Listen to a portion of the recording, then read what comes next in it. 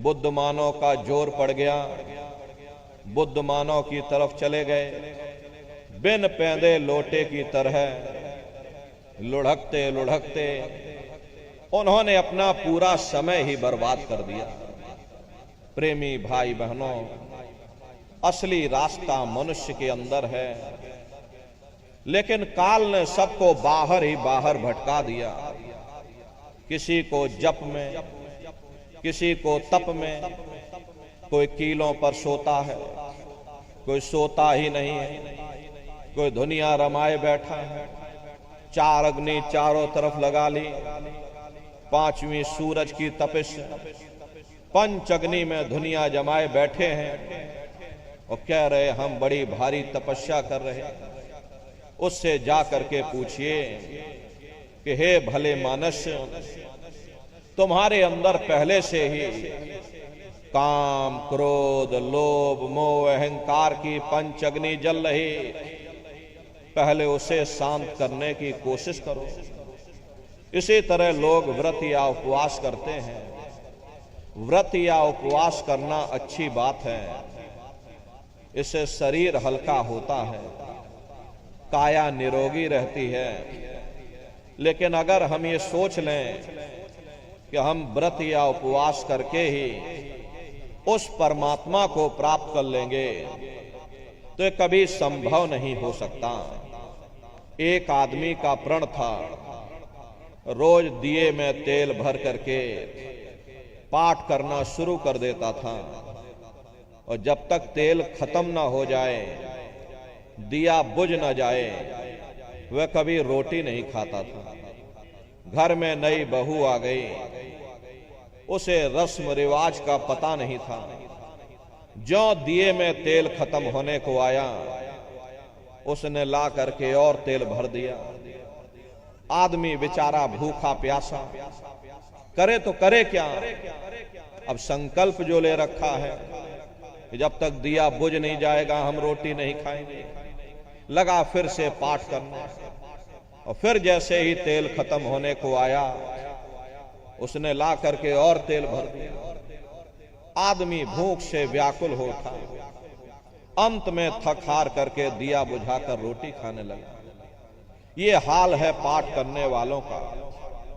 कहने का मतलब ये है कि दुनिया ऐसे ऐसे रस्म रिवाज में फंसी हुई है। कोई सिद्ध बना बैठा है, कोई नाथ बना बैठा है, कोई देवी देवताओं का अवतार बना बैठा है। ये सब काल के धोखे हैं। काल ने सारे जगत के जीवों को इसी धोखे में फंसा रखा है। देखो चरित्र काल करता का, और कोई सिर कोई पैर रुधान। देखो काल ने कितना बड़ा धोखा दे दिया। किसी को हाथों से बहा दिया, किसी को पैरों से बहा दिया। वाल्मीकि जी महाराज ने राम के पैदा होने के 10,000 साल पहले ही पूरी रामायण बना करके रख दी थी कि भाई तुम्हारे अंदर राम है, तुम्हारे अंदर रावण है, सब कुछ तुम्हारे अंदर है। काल भगवान ने देखा, इसने तो मेरा भेद ही उजागर कर दिया, तो उन्होंने बड़ी होशियारी के साथ बाहर राम बना दिए, बाहर ही रावण बना दिया, ताकि कोई अंदर ना आने पाए, कोई मेरे भेद को ना जानने पाए। सब बाहर ही बाहर भटकते रह जाएं। भटक भटक भटकाया सब जग, और कोई ना लगया ठौर ठिकान। काल ने सारे जगत के जीवों को बाहर ही बाहर भटका दिया। किसी को पानी में, किसी को पत्थर में, किसी को मंदिर में, किसी को मस्जिद में, किसी को देवालय और शिवालय में। प्रेमी भाई बहनों, इन बाहरी कर्म कांडों से न कभी किसी को मुक्ति मिली, न भविष्य में कभी मिल सकती। लोमश ऋषि का दृष्टांत आता है। लोमश ऋषि ब्रह्मा के पुत्र माने जाते थे। लोमश ऋषि अपने पिता यानी ब्रह्मा से पूछते हैं कि पितु से पूछ मुक्ति की बातां और गंगा का फल कहो विधाता, कि हे पिताजी हमें मुक्ति कैसे मिलेगी, क्या किया जाए, कैसे किया जाए, जरा आप हमको दया कृपा करके समझा दीजिए कि हमें मुक्ति कैसे प्राप्त होगी। तब लोमश ऋषि के पिता यानी ब्रह्मा उनको जवाब देते हैं कि गंगा का फल भाग सुनाई और गंगा आदि मुक्त की दाई, कि हे लोमश ऋषि तुम जाओ जाकर गंगा जी में स्नान करो, वहां तुम जा करके स्नान करोगे तुम्हें सहजता से सरलता से मुक्ति मिल जाएगी, जाओ तुम यह काम करो जा करके। तब लोमश ऋषि जवाब देते हैं कि सहस एकादश गंगा नहाया और जासे जौन मक्ष का पाया, कि हे पिताजी मैंने सहस्त्रों वर्षों तक यानी हजारों हजार वर्षों तक गंगा जी में स्नान किया, बड़ी श्रद्धा और आस्था के साथ में गंगा जी में डुबकी लगाई, लेकिन मुझे फल क्या मिला। जब मेरी मृत्यु हो गई तो मुझे मक्ष की योनि में डाल दिया, अनेक जीव मार मोह खाया, ऐसे बहुत बहुत दुख पाया। जब मुझे मछली की योनि मिल गई तो अनेकों अनेक जल के जीवों ने मुझे मार मार करके काट काट करके खाया। मुझे कितनी तकलीफ हुई, कितनी मुझे पीड़ा हुई, इसका मैं वर्णन नहीं कर सकता। पर हे पिताजी एक नहीं जय जय तीर्थ सबे नहाए, जल जीव जौन माहि भरमाए, कि जितने भी तीर्थ थे सभी जगह जाकर मैंने स्नान किया, जल में आशा बांधी तो जल में मुझको वास मिल गया, जहां आशा तह वासा, लेकिन मुझे मुक्ति नहीं मिली। इसलिए हे पिताजी दया कृपा करके मुझे कोई ऐसा उपाय ऐसा रास्ता बता दो जिससे मुझे मुक्ति मिल जाए, मेरी जीवात्मा इस भवसागर रूपी समुद्र से पार हो जाए। हे पिताजी दया कृपा करके मुझे कोई ऐसा विकल्प ऐसा रास्ता बताओ। तब लोमश ऋषि के पिता यानी ब्रह्मा उनको जवाब देते हैं कि हे लोमश ऋषि पूजो पत्ती प्रीत लगाई और पीपर में जल नाओ जाए, कि हे लोमश ऋषि तुम प्रीत लगा करके स्वामी नाम की पत्ती की पूजा करो, एक दिया पत्ती पे लावे सो तो कोटि यज्ञ फल पावे। कि हे लोमश ऋषि मेरी बात को ध्यान से सुनो, जो एक दिया स्वामी नाम की पत्ती के नीचे रखता है उसे कोटान कोट यज्ञों का फल प्राप्त होता है। जाओ तुम यह काम करो जा करके, तुम्हें सहजता से मुक्ति मिल जाएगी। तब लोमश ऋषि जवाब देते हैं कि सहस्त्र 3 पत्ती को पूजा, वृक्ष योनि पाई यही पूजा, कि हे पिताजी मैंने सहस्त्र 3 यानी 3000 वर्षों तक स्वामी नाम की पत्ती की पूजा की, बड़ी श्रद्धा और आस्था के साथ में पीपल पर जल चढ़ाया, पीपर की परिक्रमा लगाई, लेकिन मुझे फल क्या मिला। जहां मैंने आशा बांधी मुझे वहीं वास मिल गया, यानी मुझे वृक्ष की योनि में डाल दिया। अनेक दिवस पाहन कर आशा, अंत तहां पुनि लीन हो वासा। अनेकों अनेक युग युगांतर तक मैंने पाहन में आशा बांधी, मुझे वहीं जन्म मिल गया, लेकिन मुझे मुक्ति नहीं मिली। इसलिए हे पिताजी दया कृपा करके मुझे कोई ऐसा उपाय बताओ जिससे कि हम जन्म मरण के बंधनों से आजाद हो जावें। तब लोमश ऋषि के पिता यानी कि ब्रह्मा उनको जवाब देते हैं कि हे लोमश ऋषि, एकादशी करो तुम जाए, याते मुक्ति सहज में पाई। मेरा ये विचार है, तुम जाओ जाकर एकादशी का व्रत रखो, इससे तुम्हें सहजता से यानी सरलता से मुक्ति मिल जाएगी। तब लोमश ऋषि जवाब देते हैं, सहस वर्ष एकादश कीन्हा और अंत जन्म माखी को लीन्हा। कि हे पिताजी, मैंने सहस्त्रों वर्षों तक यानी हजारों हजार वर्षों तक एकादशी का व्रत किया, लेकिन मुझे मिला कुछ नहीं। जब मेरी मृत्यु हुई, मुझे मक्खी की योनि में डाल दिया गया।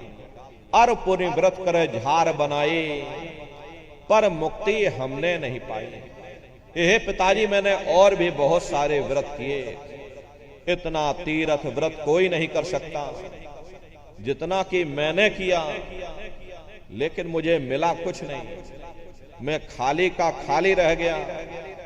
जहां मैंने आशा बांधी वहीं मेरा वास हो गया, लेकिन मुझे मुक्ति नहीं मिली। इसलिए हे पिताजी, दया कृपा करके मुझे कोई ऐसा उपाय बतला दो जिससे हमारी ये जीवात्मा परमात्मा में विलीन हो जाए, फिर कभी जन्म मरण के देश में ना आना पड़े, इन दुखों से हमारा छुटकारा हो जाए।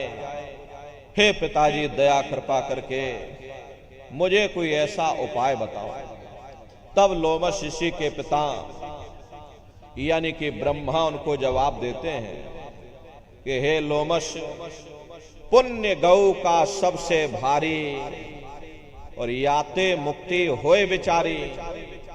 मेरा ये विचार है, तुम जाओ जाकर के गौ दान करो, इससे तुम्हें सहज में मुक्ति मिल जाएगी। तब लोमश ऋषि कहते हैं, गौ दान की नहा बहुतेरा और जन्म मिला जो बकरी केरा। कि हे पिताजी, मैंने बहुत गौदान किया, लेकिन मुझे फल क्या मिला। जब मेरी मृत्यु हो गई, मुझे बकरी की योनि में डाल दिया।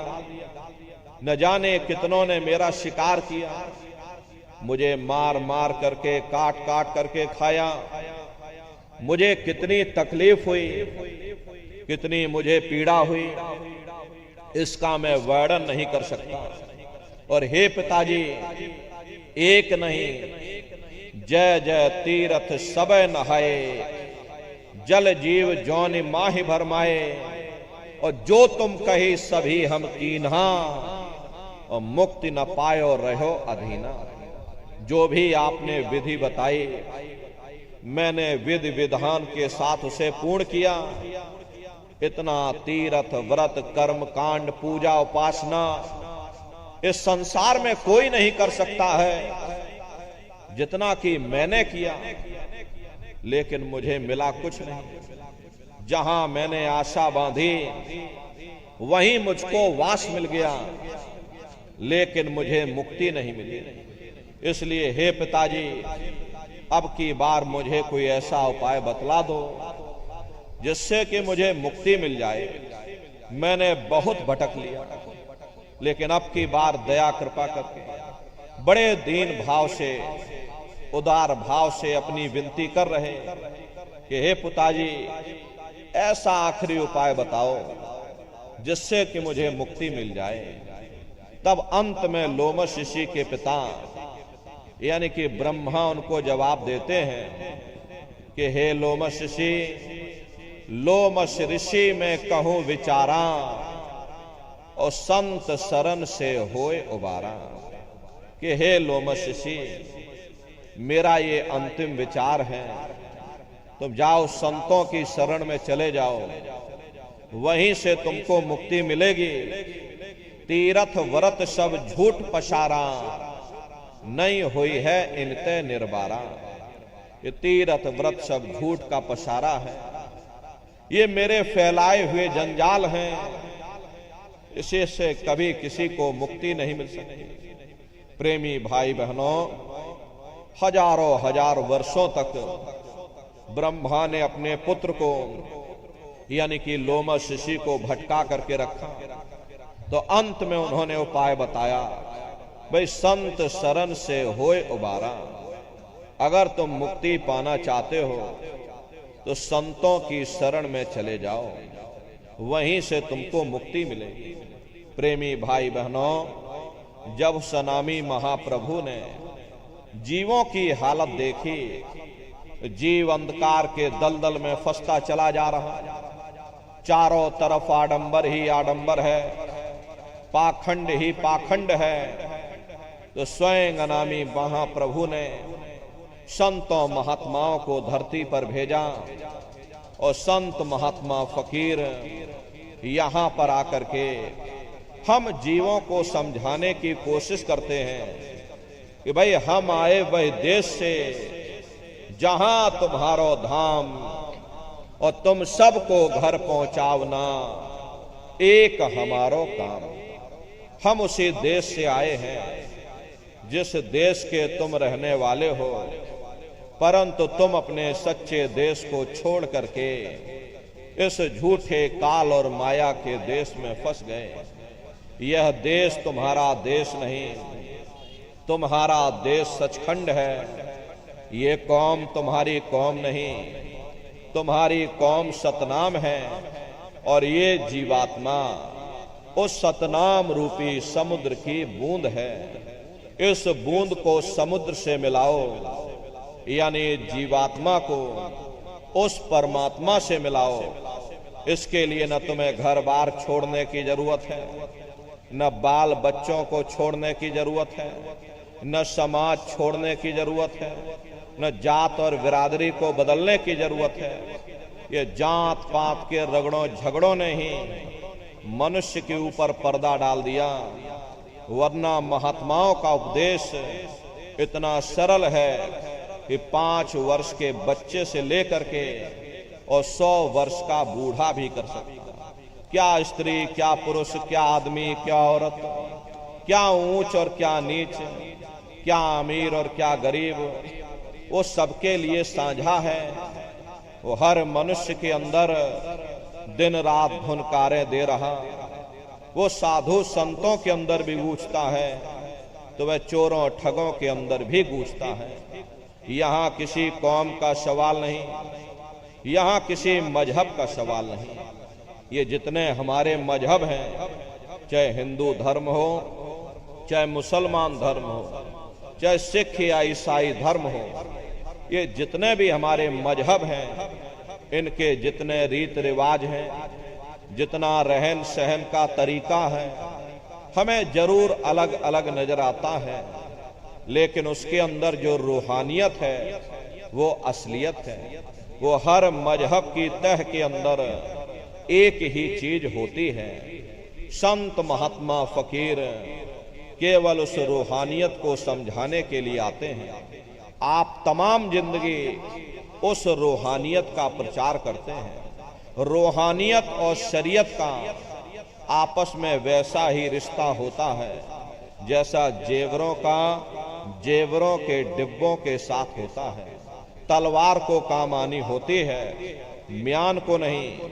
ठीक उसी प्रकार से जब हम उस रूहानियत से दूर हो जाते हैं, तब आहिस्ता आहिस्ता हम शरीयत के कैदियों में फंस जाते हैं और शरीयत हमें बाहर मुखी कर देती है, कर्म कांडों में उलझा देती है। न किसी को रूहानियत की समझ होती है और ना ही कोई समझाने की कोशिश करता। ये लोग हमें इतना बाहर मुखी कर देते हैं, इतना कर्म कांडों में उलझा देते हैं, ताकि उनका भी रोजगार चलते रहे। जिस चीज को हासिल करते हमें सुख प्राप्त करना है, उस ओर हमारा ध्यान ही नहीं जाता। अरे सुख तो परमात्मा की भक्ति में, परमात्मा के प्यार में मिलेगा। इसीलिए महात्मा कहते हैं, इस सूरत सुन बातरी तेरा धनी बसे आकाश।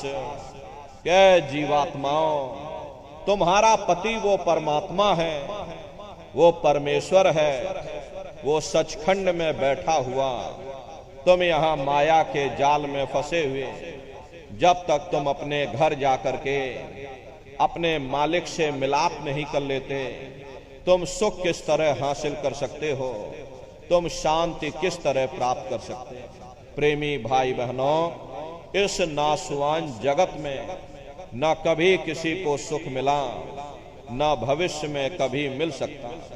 ये जो कुछ थोड़े बहुत सुख नजर आते हैं, ये क्षणिक हैं, और क्षणिक चीजों का सुख और आराम केवल क्षणिक ही होता है। जितना इसके आने में हमें खुशी महसूस होती है, उतना इसके जाने में भी हमें दुख भी महसूस होता है। अरे आप अपनी बुद्धि से विचार करिए, जब किसी की शादी होती है, मन में बड़ी भारी खुशी होती है, ये मन फूला नहीं समाता है। लेकिन यदि शादी के बाद उसी साथी के साथ कोई अनबन हो जाए, मन मुटाव या झगड़ा हो जावे, तो मन में भय पैदा हो जाता है कि कहीं साथी हमारा बेकार न निकल जाए, हमें छोड़ करके चला न जाए, शराबी कबाबी और जुआरी न बन जाए। दुनिया भर की चिंताएं मन में समा जाती हैं। चिंता चिता समान, चिंता से बढ़ करके दुनिया में कोई दूसरा रोग नहीं। सो इस चिंता के कारण फिर हम लोग दुखी हो जाते हैं। फिर हम बाल बच्चों में सुख ढूंढते हैं। जब बाल बच्चे पैदा होते हैं, मन में बड़ी भारी खुशी होती है। अड़ोस पड़ोस वालों को बुला करके लड्डू पूड़ी पकवान बना बना करके खिलाते हैं। लेकिन अगर वही औलाद बड़े होकर के नालायक निकल जाए, माँ बाप का कहना न माने, उनका आदर सत्कार न करे, वही औलाद हमारे लिए दुख का कारण बन जाती है। फिर हम दुनिया के जीव हुकूमत के नशे में, राजनीति में सुख ढूंढते हैं। जिस वक्त लोग हमारी वाह वाह करते हैं, गले में लंबी चौड़ी फूलों की मालाएं डालते हैं, ये मन हमारा फूला नहीं समाता है। लेकिन उन नेताओं का भी इतिहास हमारी आंखों के सामने है। जिस वक्त लोग उन्हें गोलियों का शिकार बना देते, पकड़ करके जेल खानों में डाल देते, अखबारों में उनकी मट्टियां पलीत कर देते, तो वही हुकूमत हमारे लिए फिर दुख का कारण बन जाती है। फिर हम दुनिया के जीव इंद्रियों के भोग और वासनाओं में सुख ढूंढते हैं।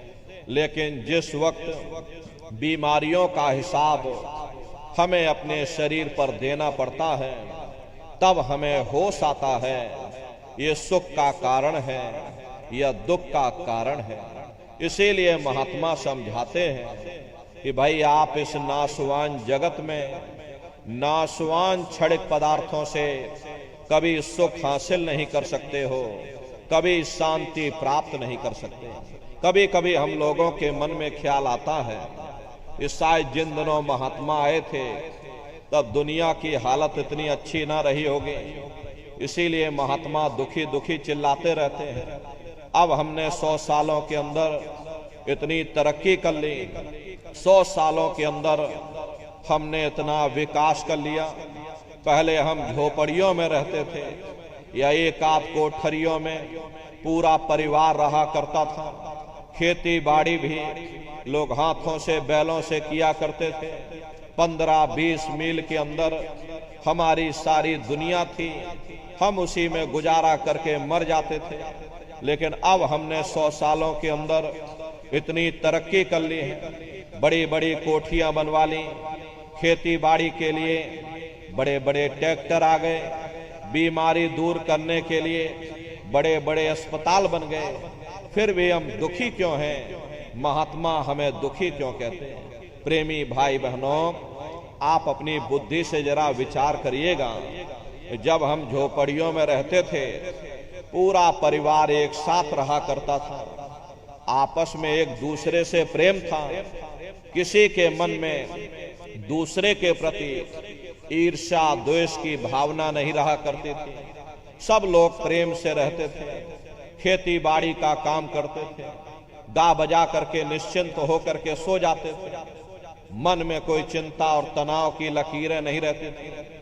अब जब हमने इतनी तरक्की कर ली है, बड़ी बड़ी कोठियां बनवा ली, उनमें एयर कंडीशन भी लगवा लिया, 9-9 इंच के गद्दे भी डलवा लिए, फिर भी हमको नींद नहीं आती है। नींद की गोलियां खा खा करके सोना पड़ता है। पहले गांव में कोई मामूली वैद्य हकीम हुआ करता था, लेकिन इलाज सबका जरूर हो जाता था। अब जब विज्ञान ने इतनी तरक्की कर ली, 100 सालों के अंदर इतना विकास कर लिया, बड़े बड़े अस्पताल बन गए, बड़े बड़े डॉक्टर आ गए, नई नई दवाइयां आ गई, तो बीमारी भी तो नई नई निकल आई। इसका मुख्य कारण है लोग अनाज की पैदावार को बढ़ाने के लिए तरह तरह के रासायनिक खादें और कीटनाशक दवाइयों का इस्तेमाल करने लगे, जिसका प्रभाव हमारे शरीर पर पड़ता है। डॉक्टर जरूर है, पर मिलते किसको हैं? और मिल भी जाए तो अस्पतालों में चारपाइयां कहाँ मिलती, बीमार तो बेचारे बरामदों में पड़े रहते। और हम कहते हमने इतनी तरक्की कर ली, बेशक हम इतना अनाज पैदा करते हैं, लेकिन कीमतें आसमान छू रही हैं।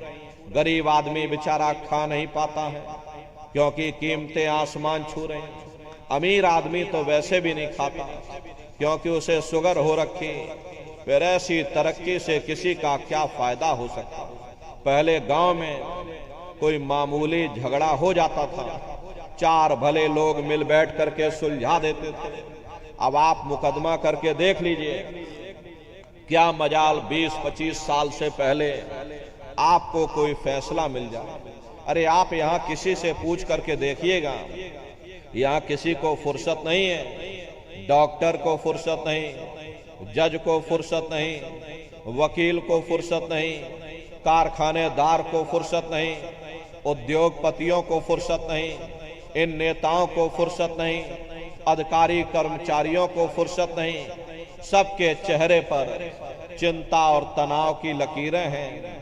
फिर ऐसी तरक्की से किसी का क्या फायदा हो सकता?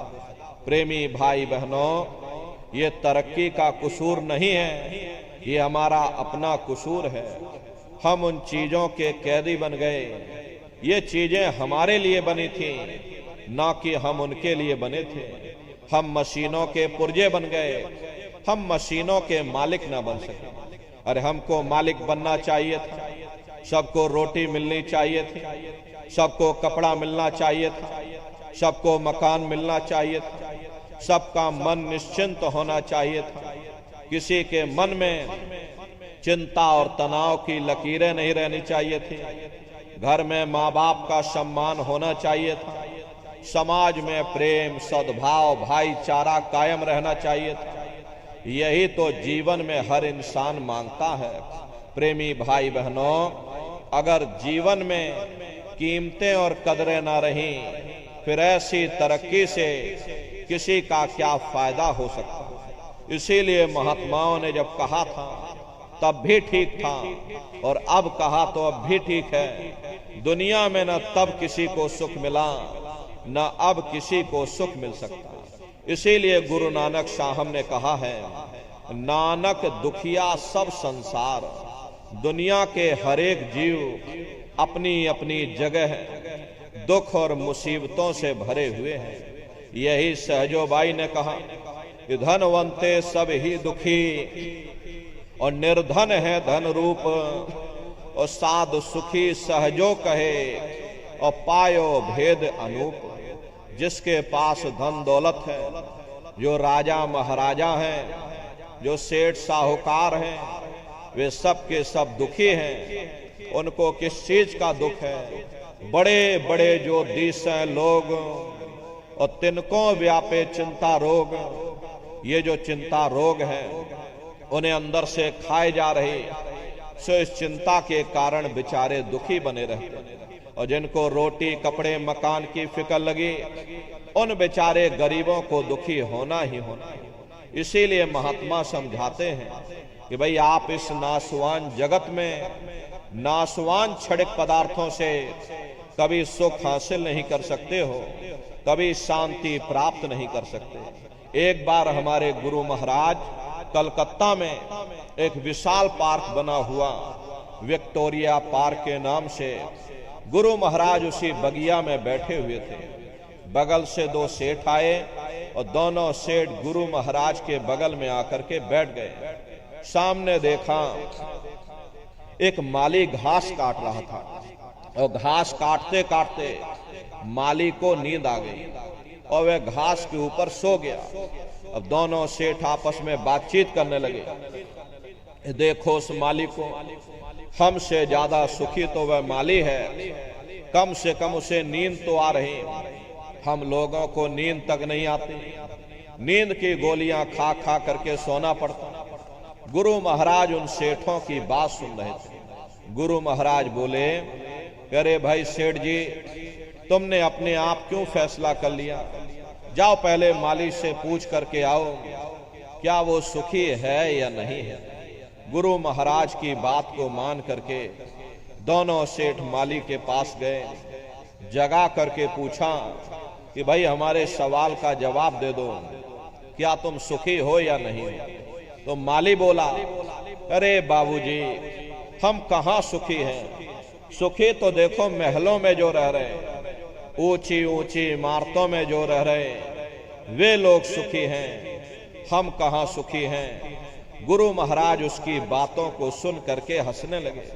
गुरु महाराज बोले, देखो ये सेठ कह रहा है ये माली सुखी है, और माली कह रहा सेठ सुखी है, और वास्तविकता यही है कि यहाँ कोई सुखी नहीं।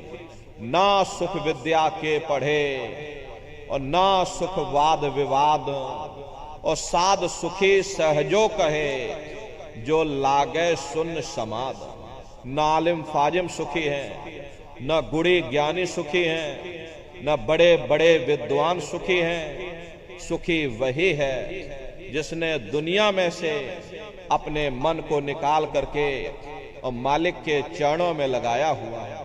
इसीलिए महात्मा समझाते हैं, भाई अगर तुम सुख पाना चाहते हो, अगर तुम शांति पाना चाहते हो, तो उस मालिक की खोज करो, उस परमात्मा की भक्ति करो, लगो तुम अब चढ़कर सतनाम।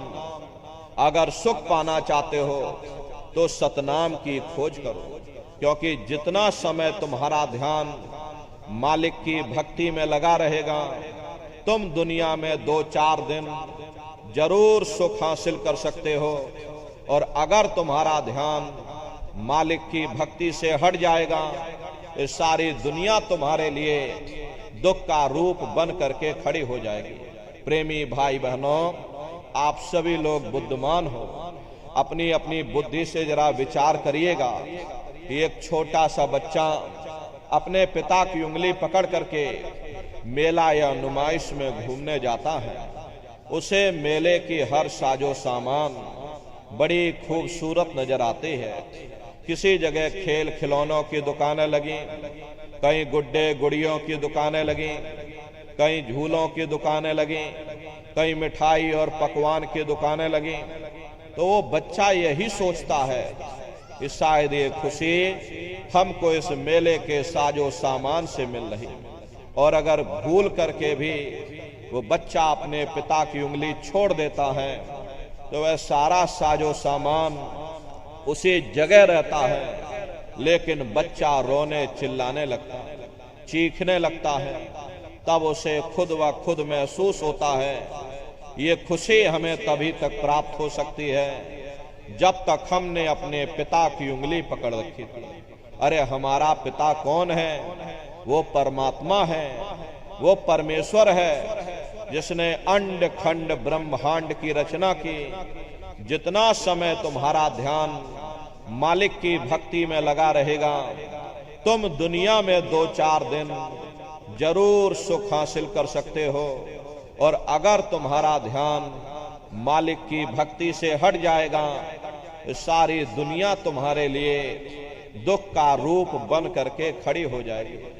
प्रेमी भाई बहनों, यदि महापुरुषों के इन थोड़े से शब्दों को हम लोग याद रखते, तो निश्चय ही हम अपने जीवन के लक्ष्य का पता पा जाते, अपनी जीवात्मा को उस परमात्मा के साथ मिलाते, और प्रभु के साथ मिल करके उस आराम और चैन को पा जाते हैं जो इस जड़ दुनिया में, इस जड़ संसार में नहीं मिलता। हम आप इस जड़ संसार में सुख और प्रेम की खोज में लगे रहते, परंतु वह सच्चा सुख और सच्चा प्रेम हमारे आप के अंदर है, ना कि बाहर। ये सूरज चांद सितारे, ये जमीन और ये आसमान जिनको हम आप अपनी जड़ आंखों से देख रहे हैं, यदि अंतर की दृष्टि खोल करके देखें तो ऐसे अनगिनत सूरज चांद सितारों के पास पहुंच जावें जहां प्रकाश ही प्रकाश और नूर ही नूर झलकता है। परंतु हम सुख के देश को, सुख के स्थान को और अपने मालिक को ही भूल बैठे। जा घट प्रेम न संचय, सो घट जान मसान, जैसे खाल लोहार की और श्वास लेत बिन प्राण। ये कुदरती कारखाना देख करके ये कैसे जमीनी आसमानी पसारा चल रहा, कौन इसका करतार है, कहां वह छिपा हुआ है, कैसे उससे मिला जाए जिस घट में ऐसे प्रीतम के, ऐसे पुरुष के दर्शन और दीदार की विरह और तड़फ नहीं है। वह घट गोया मशान के समान है, सुरते इंसान सीरते हैवान है। हर इंसान का फर्ज, हर इंसान का कर्तव्य, हर एक इंसान को यह सोचना होगा कि मृत्यु पर्यंत हम कहाँ जाएंगे। अरे हमारे ये बाल बच्चे कहाँ जाएंगे, हमारे नात रिश्तेदार कहाँ जाएंगे, हमारे कुटुंब परिवार वाले कहाँ जाएंगे और इनकी उस समय पर क्या हालत होगी। ये पराविद्या महात्माओं की पराविद्या है। हम आप इस जड़ संसार में फंस करके उस पराविद्या से अनभिज्ञ हो गए और अपने उद्देश्यों को भूल गए, अपने वादे को भूल गए। वो वादा जो हमने आपने माँ के घर में किया था, उस परमपिता परमात्मा से, हे परमात्मा इस बार हमको मौका दे दो, हम भजन करेंगे, भक्ति करेंगे, हम अपनी जीवात्मा का कल्याण करेंगे। लेकिन मानव तन मिलने के बाद में ना आपने भजन किया ना भक्ति की, बस माया की छाया में फंस करके इस मिथ्या जगत को अपना मान करके हम आप इसी में गोता खा रहे। प्रेमी भाई बहनों, इस दुनिया में हित मित भाई बंधु, रिश्ते नातेदार, कुटुंब परिवार वाले, इनमें से कोई भी चीज तुम्हारी जीवात्मा को इस अधोगति से बचा नहीं सकती। हम कौन हैं, हम कहां से आए हैं, हमें जाना कहां है, ये मानव मात्र के लिए एक कठिन प्रश्न बना हुआ है। इस प्रश्न का हल तब तक नहीं होगा जब तक इस धराधाम पर कोई संत महात्मा फकीर न मिल जाए। इसीलिए वह मालिक अति दया और कृपा करके संतों महात्माओं को इस धराधाम पर भेजते हैं और संत महात्मा फकीर यहाँ पर आकर के हम जीवों को समझाने की कोशिश करते कि भाई वो परमात्मा है, वो आपको मिलेगा, जीते जी मिलेगा, इसे मनुष्य शरीर में मिलेगा। इसे मनुष्य शरीर के अंदर जाकर के परमात्मा से मिलने का वह एकमात्र दरवाजा है। उस दरवाजे का भेद केवल संतों महात्माओं को ही प्राप्त है। ये दुनिया के लोग, दुनिया की आवाम जनमानस दुनिया के ज्ञान को पढ़ करके अहंकार में डूबे रहते हैं कि हमसे बड़ा कोई ज्ञानी यहाँ नहीं है। लेकिन उनको ये नहीं मालूम जहाँ ये दुनिया का ज्ञान समाप्त होता है, उसी के सिर की चोटी से ये आध्यात्मवाद, आत्मा और परमात्मा का ये गूढ़ ज्ञान, रहस्य विज्ञान प्रारंभ होता। उस विज्ञान को पाने के लिए सबसे पहले यह जरूरी है कि पहले आप लोग मानवतावादी बनो, मानव धर्म और मानव कर्म को अपनाओ। अरे मानव धर्म क्या है? इंसान इंसान के काम आवे, एक दूसरे की निस्वार्थ भाव से सेवा करे, सत्य, दया, अहिंसा, परोपकार आदि गुणों को अपने जीवन में उतार करके और किसी संत महात्मा की खोज करके उनके बताए हुए रास्तों पर चल करके उस मालिक की भक्ति करके अपनी जीवात्मा का कल्याण करा ले, यही इंसान का सबसे बड़ा मानव धर्म है। लेकिन आज इस कल काल में ये दुनिया की आवाम जनमानस इंद्रियों के भोग और वासनाओं में, शराबों और कबाबों में, मांस और मदिरा में सुख ढूंढने की कोशिश कर रही। ये चरित्र पतन जैसे कार्यों को अपना करके ये आवाम जनमानस कैसे सुखी हो सकती? पहले अपने चरित्र जैसे धन को इकट्ठा करो, क्योंकि चरित्र ही सब कुछ है, चरित्र ही मानव धर्म की पूंजी है। ये दुनिया भर के रगड़े और झगड़े, पिता पुत्र में लड़ाई, आदमी औरत में लड़ाई, घर परिवार में लड़ाई, समाज में लड़ाई, जातियों में लड़ाई, मुल्क में लड़ाई, हरे नर नारियों, ये इंसानों का काम नहीं है, ये हैवानों का काम है। इसलिए पहले आप इंसान बनो, चरित्रवान बनो, महात्माओं के समीप आओ, वे जो दया का प्रसाद दें उसे खुशी खुशी लेकर के अपने निज घर को जाओ, जहां न फिर जन्मना है और ना ही फिर मरना है। इसीलिए हमारे गुरु महाराज परम संत बाबा जय गुरुदेव जी महाराज ने आवाम जनमानस के बीच में ये आवाज लगाई है कि ऐ इंसानों, तुम अपने मानव धर्म के रास्ते पर वापस आ जाओ और इस मानव मंदिर में बैठ करके भगवान का सच्चा भजन करो, जिससे तुम्हारी ये जीवात्मा नरकों में जाने से बच जाए। अरे हम माने ना माने, लेकिन संत महात्मा त्रिकालदर्शी होते हैं, वे सब कुछ जानते हैं। अगर हम उनके वचनों को मान जाएंगे तो हम लोग बच जाएंगे, नहीं तो खाई और खंदक में जा करके गिर जाएंगे। इसीलिए अभी वक्त है उस मालिक से सच्ची प्रार्थना करने का, भगवान के सामने अपने गुनाहों की माफी मांगने का, धर्म मजहब के नाम पर लड़ने झगड़ने का नहीं, जात बिरादरी के नाम पर लड़ने झगड़ने का नहीं। हमने बहुत लड़ लिया, बड़े बड़े झगड़े और फसादे की, बड़ी बड़ी नुक्ताचीनी की, सिवाय नफरत के हमको क्या मिला? नफरत की ऐसी ज्वाला जली जिसमें घर जल गया, परिवार जल गया, समाज जल गई, जातियां जल गई, अब सारा देश जल उठा। इसीलिए सारी मानवता बहुत थक गई। हर कोई ऐसी छांव चाहता है जहां उसे ठंडक मिले, शांति और सुकून मिले, और ये सब वहीं मिल सकते हैं जहां शांत के संदेश होते हैं, सुकून के संदेश होते हैं, मानव धर्म और मानव कर्म के संदेश होते हैं। और ये संदेश केवल संत महात्मा फकीर देते हैं, जो समदर्शी होते हैं, जो समस्त जीवों के अंदर उस प्रभु के अंश को देखते हैं। ऐसे समदर्शी उन महात्माओं की खोज करो। ये मत देखना महात्मा जी किस जाति के हैं या महात्मा जी किस बिरादरी के हैं। अरे जातियां कर्म के अनुसार बनाई गई, जन्म के अनुसार नहीं। मनुष्य की एक ही जाति है, वो है मानव जाति। और इसी मानव जामे में बैठ करके प्रेमी भाई बहनों, हमें उस मालिक की भक्ति करनी है। प्रेमी भाई बहनों, देखिए सुपच जाति के भंगी थे, रैदास जी महाराज जाति के हरिजन थे, और मीराबाई जाति की छत्राणी थी। अगर वे पुण्यात्माएं उस मालिक को प्राप्त कर सकती हैं, तो आप भी उस मालिक को प्राप्त कर सकते हो। लेकिन बगैर महात्माओं के, बगैर मुर्शिद के, बगैर गुरु के कोई भी जीव इस संसार समुद्र से ना कोई पार हुआ और ना ही कोई हो सकता।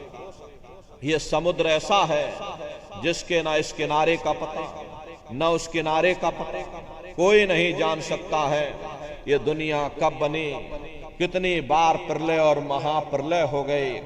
लेकिन इतना जरूर मालूम है जिस दिन से दुनिया बनी है, हम लोग यहीं पर भटका खा रहे हैं। अगर इधर से हवा चली, नैया हमारी उधर चली गई और कहीं उधर से हवा चल गई तो हमारी नैया डगमगाते हुए इधर चली गई। न जाने कितने युग और कल्प बीत गए, लेकिन हमारी ये जीवन की नैया आज तक इस भवसागर से किनारे नहीं लगे। इसलिए नर नारियों, सौभाग्य से वक्त का इतना बड़ा वरदान आपको मिला, ये मानव तन आपको मिल गया। न जाने किस महात्मा की दया हो गई, न जाने कौन से जन्म जन्मांतरों के शुभ पुण्य कर्मोदय हो गए जो आपको ये मनुष्य शरीर मिल गया।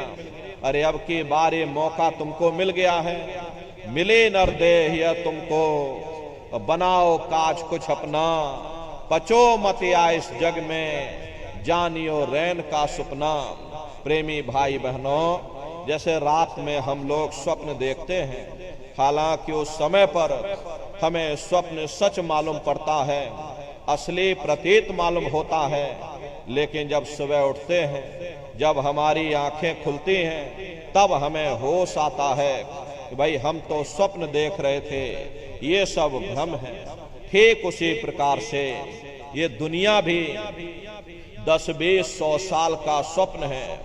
अब आप कहोगे हम जाग रहे, परंतु प्रेमी भाई बहनों, ऐसा हरगिज नहीं है। जिस दिन मौत का वक्त आएगा, हम लोग रोएंगे, हाय हाय करके चिल्लाएंगे कि हाय हमने सारी जिंदगी यूं ही स्वप्न में गुजार दी, जागने का समय तो अभी आया था, जो कुछ करना था अभी करना था। लेकिन प्रेमी भाई बहनों, अब पछताए होत क्या जब चिड़िया चुग गई खेत। प्रेमी भाई बहनों, इसीलिए महात्मा समझाते हैं कि भाई बड़े सौभाग्य से तुम लोगों को ये मौका मिला है, ये मनुष्य शरीर तुमको मिल गया। लेकिन दुर्भाग्य है कि जब जब हमें ये मौका मिलता है, हम जिंदगी के असल मकसद को भूल जाते हैं, उल्टा कौमों मजहबों के झगड़े में उलझ जाते, धन दौलत के चक्कर में पड़ करके एक दूसरे के गला काटने की योजनाएं बनाना शुरू कर देते। इतना इन भोगों में लिप्त हो जाते हैं कि और तो और हम अपनी मौत को ही भूल जाते। हम रोज देखते कि हमारे ही साथी, हमारे ही रिश्ते नातेदार, हमारे ही कुटुंब परिवार वाले एक एक करके हमारा साथ छोड़ करके चले जा रहे, बल्कि हम खुद उन्हें कंधों पर उठा करके शमशान भूमि पर छोड़ करके आते हैं। आंखों से देखते हैं कि जिस चीज के लिए वह इतना भटकता था, जिस चीज के लिए वह इतना तड़फता था, अपना अपना कह करके फक्र या गर्व महसूस किया करता था, उसमें से किसी ने उसका साथ नहीं दिया। हम मन में सोच लेते हैं कि शायद वो बदकिस्मत होगा, कुछ भी अपने साथ ना ले जा सका, शायद हम सब कुछ गठरी मुठरी बांध करके अपने साथ ले करके चले जाएंगे। अरे महात्मा कहते हैं भाई तुम उस समय को, उस वक्त को अपनी आंखों के सामने रख करके देखो। उस समय कौन तुम्हारी सहायता करेगा, कौन तुम्हारी मदद करेगा। बस सारा दिन देह के अहंकार में, देह के गुरूर में ही ना फंसे रहो। आखिर हम लोग अहंकार किस चीज का करते हैं? यदि हम जवानी का अहंकार करते हैं तो क्या कभी किसी ने किसी का बुढ़ापा नहीं देखा? क्या हम बुढ़ापे की उम्र में नहीं जाएंगे?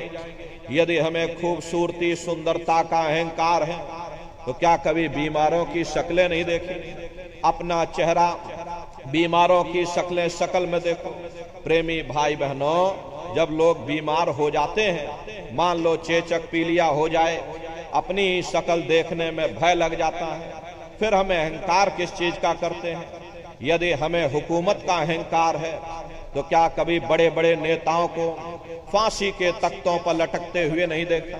अरे मन रे क्यों गुमाने अब करना, तन तो तेरा खाक मिलेगा, 84 जा पड़ना।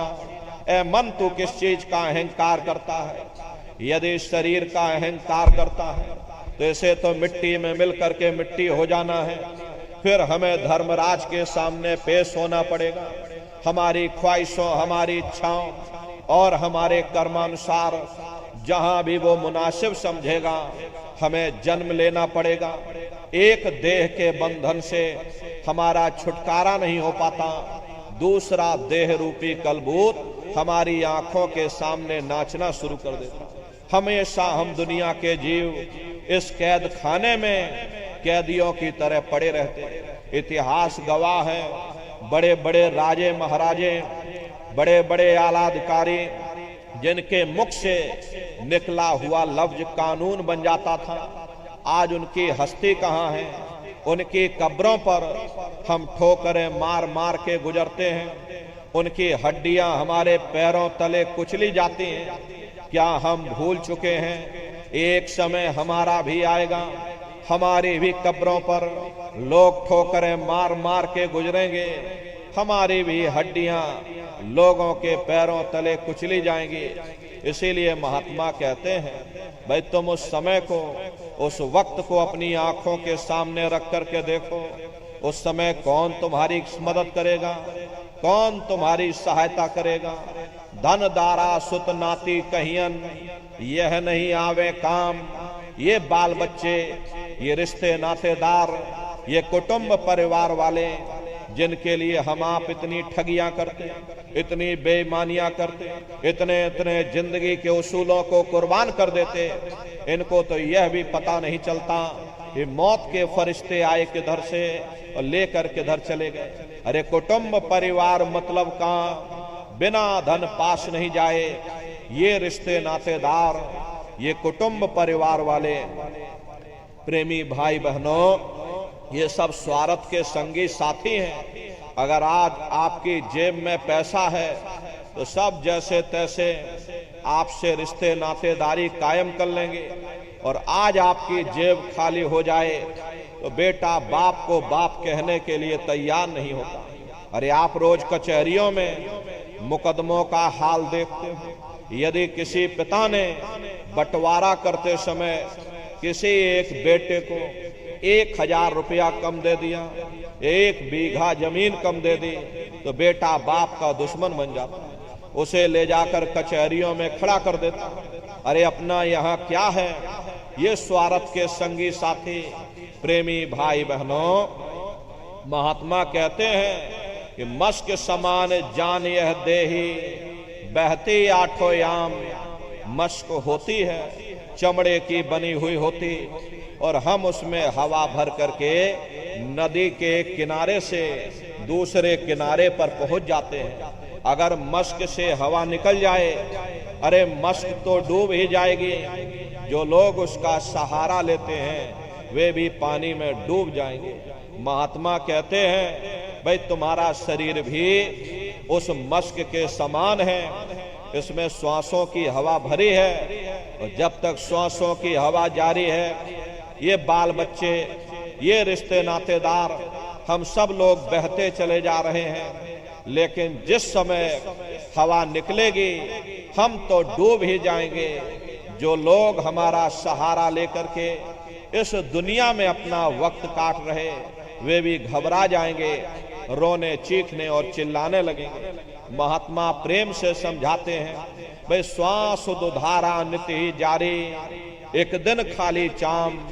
प्रेमी भाई बहनों, एक तालाब पानी से चाहे कितना भी क्यों ना भरा हो, आप एक छोटी सी नाली काट कर खोल दीजिए, तालाब में छोटा सा छेद कर दीजिए, तो सारा पानी ही तालाब से बाहर निकल जाएगा। ठीक उसी प्रकार से तुम्हारा ये शरीर भी श्वासों का भंडार है, और जब तक श्वासों का भंडार जारी है, हम दुनिया के काम काज में फंसे हुए हैं, दुनिया के कारोबार में उलझे हुए हैं। लेकिन जिस वक्त ये श्वासों की हवा निकलेगी, प्रेमी भाई बहनों, हमारी हस्ती डूब जाएगी। मामूली कष्ट नहीं होता, मौत के समय में घनघोर पीड़ा होती है।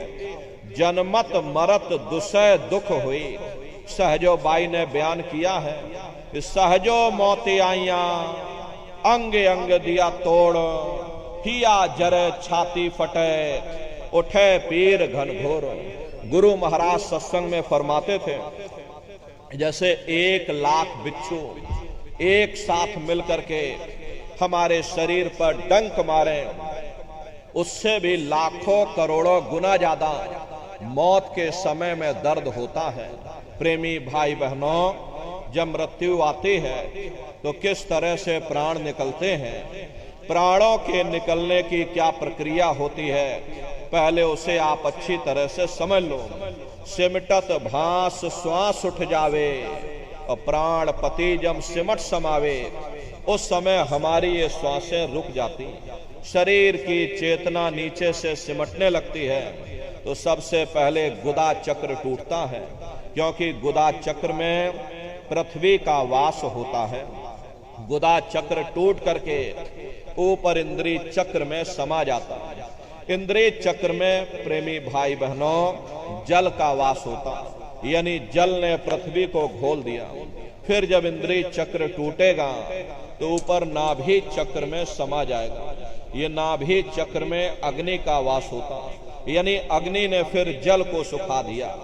ये नीचे से सिमटाव होता है, नीचे से ऊपर की ओर सिमटाव होता, पैरों के तलवे से लेकर के ये सिर की चोटी तक सिमटाव होता है। फिर जब ये नाभि चक्र टूटेगा तो ऊपर हृदय चक्र में समा जाएगा। हृदय चक्र में वायु का वास होता, यानी वायु ने अग्नि को अपने में समाहित कर लिया और इस तरह से वायु ऊपर आकाश में उड़ गई।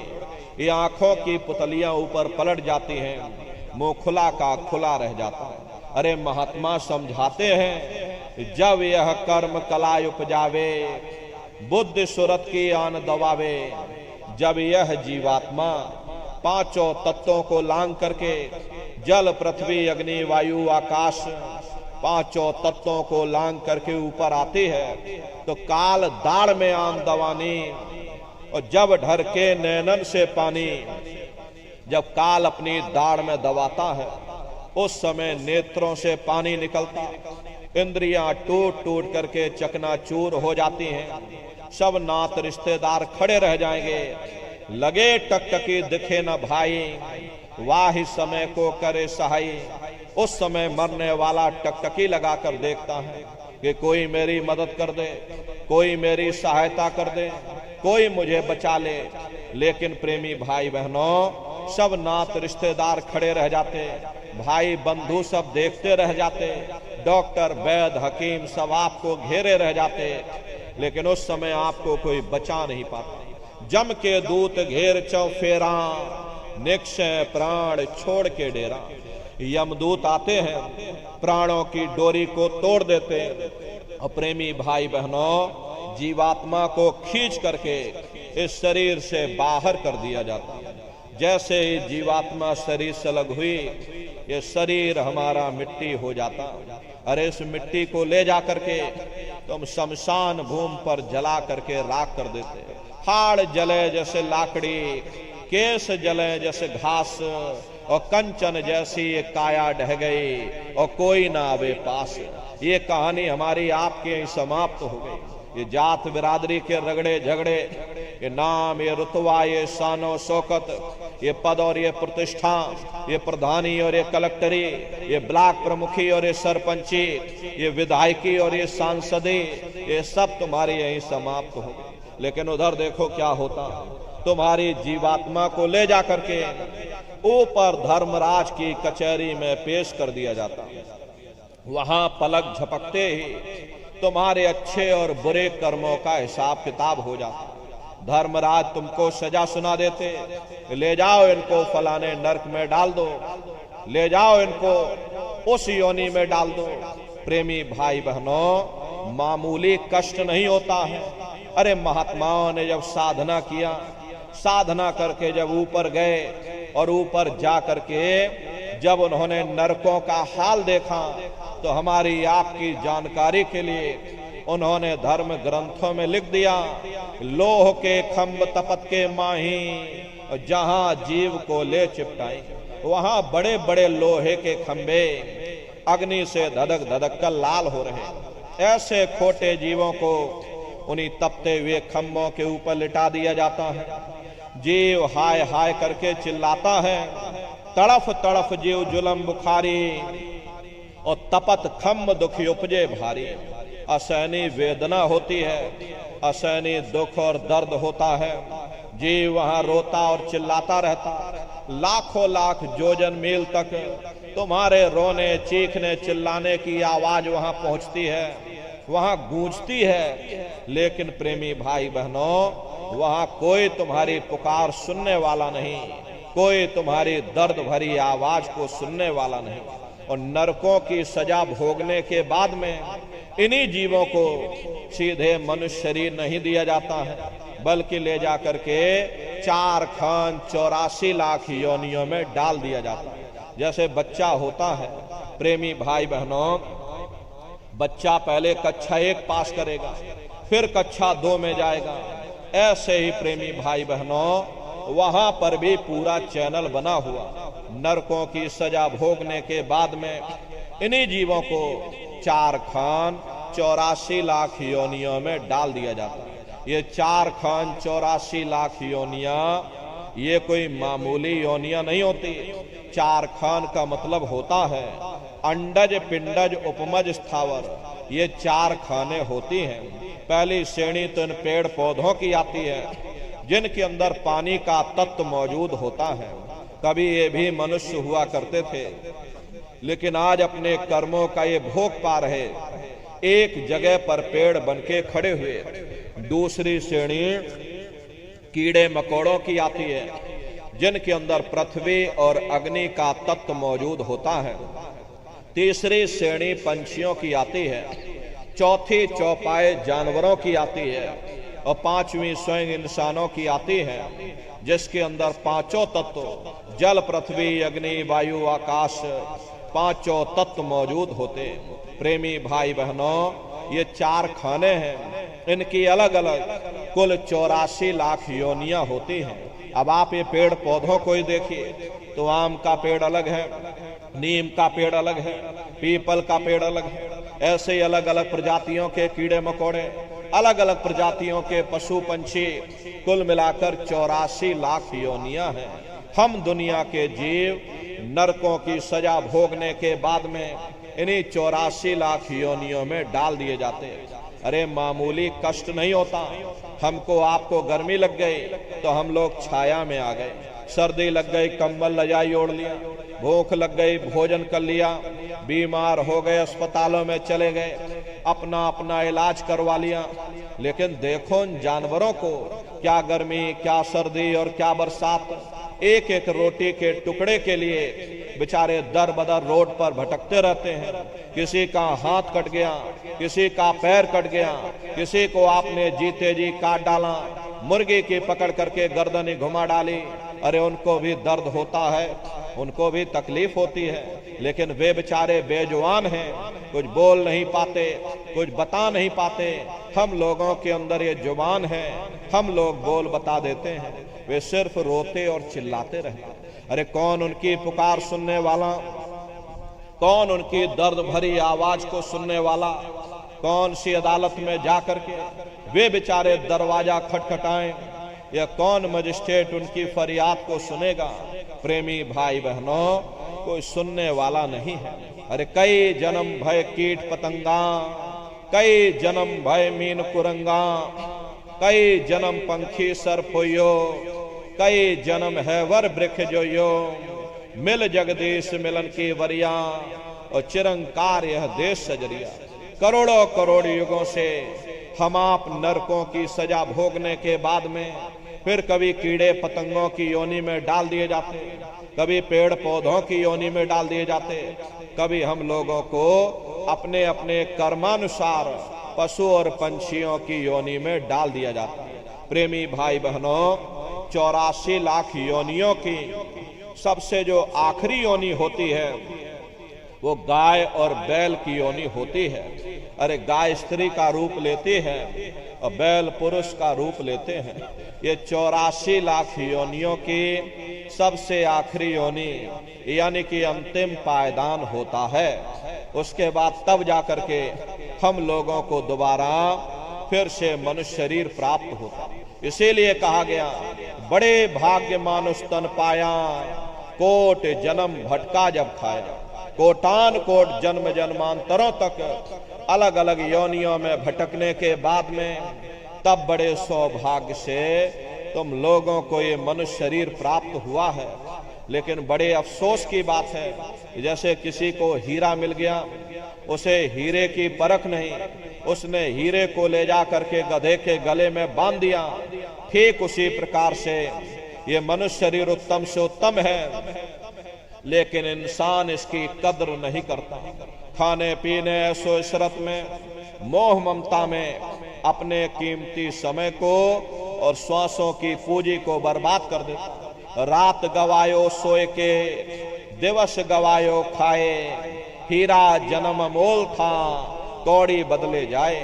भगवान राम ने कहा, बड़े भाग्य मानुष तन पाया, सुर दुर्लभ सद ग्रंथ ही गाया। सुर कहते हैं देवताओं को, बड़े से बड़े देवी और देवता भी इस मनुष्य शरीर को पाने के लिए तरसते हैं, क्योंकि इसी मनुष्य रूपी मंदिर में बैठ करके हम आप उस परमात्मा की भक्ति कर सकते हैं। इसीलिए संतों महात्माओं ने इस पंच भौतिक शरीर को सच्चा हरि मंदिर कहकर याद किया कि हरि मंदिर यह शरीर है और ज्ञान रतन प्रकट होए, ये असली हरि मंदिर है। जब भी वो परमात्मा मिलेगा, इसी हरि मंदिर के अंदर मिलेगा। इसी पंच भौतिक शरीर को ईसा मसीह साहब ने टाइम